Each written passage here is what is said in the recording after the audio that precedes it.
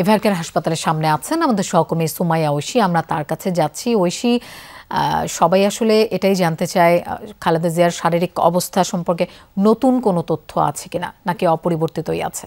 আসলে লোপা, খালেদা জিয়ার শারীরিক পরিস্থিতি এখনো পর্যন্ত অপরিবর্তিত রয়েছে। সাধারণত প্রতিদিন যেই আনুষ্ঠানিক ব্রিফিংটি হয় সেই ব্রিফিংয়ের পরে আসলে নতুন যে আপডেট তার শারীরিক পরিস্থিতির সেটি জানা যায়।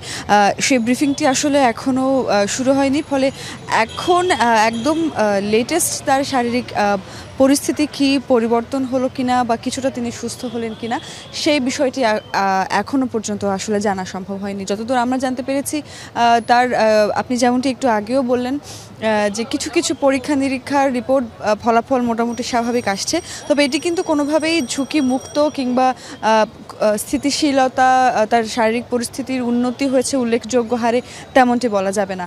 আসলে যেহেতু খালেদা জিয়ার বয়সটা তো অনেক হয়েছে, প্রায় ৮০ বছর বয়স হলো, এবং তিনি দীর্ঘদিন ধরে মাল্টিপল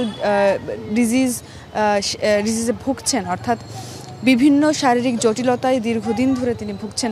ফলে যেটি হয়েছে যে তার এই দীর্ঘদিন ভোগান্তির ফলে তার শারীরিক পরিস্থিতি কিছুটা দুর্বল হয়ে পড়েছে। তিনি তার একটি শারীরিক পরিস্থিতি ঠিক হলেও বা একটি সমস্যা ঠিক হলেও পরবর্তীতে দেখা যাচ্ছে যে আরেকটি জটিলতা তৈরি হয়েছে। হয়তো লিভারের যে সমস্যা সেটি কিছুটা নিয়ন্ত্রিত হয়েছে, তবে এরপরই দেখা গেল যে কিডনির জনিত যে সমস্যা সেটি আরও প্রকট হচ্ছে। যদিও ডায়ালাইসিস দেওয়া হচ্ছে প্রতিনিয়ত, ডায়ালাইসিস বন্ধ করলেই আসলে কিডনিজনিত সমস্যা আরও বেশি করে শুরু হচ্ছে। চিকিৎসকরা সর্বোচ্চ চেষ্টা করছেন। এখন বিদেশ যাত্রা আসলে সম্পূর্ণভাবে নির্ভর করছে খালেদা জিয়ার শারীরিক পরিস্থিতির ওপর। তার শারীরিক পরিস্থিতি ঠিকঠাক থাকলে তারপরে আসলে বিদেশ যাত্রার যে সিদ্ধান্ত সেটি বাস্তবায়িত হবে। ঐশী, আপনাকে ধন্যবাদ আমাদের সাথে যোগ দেওয়ার জন্য।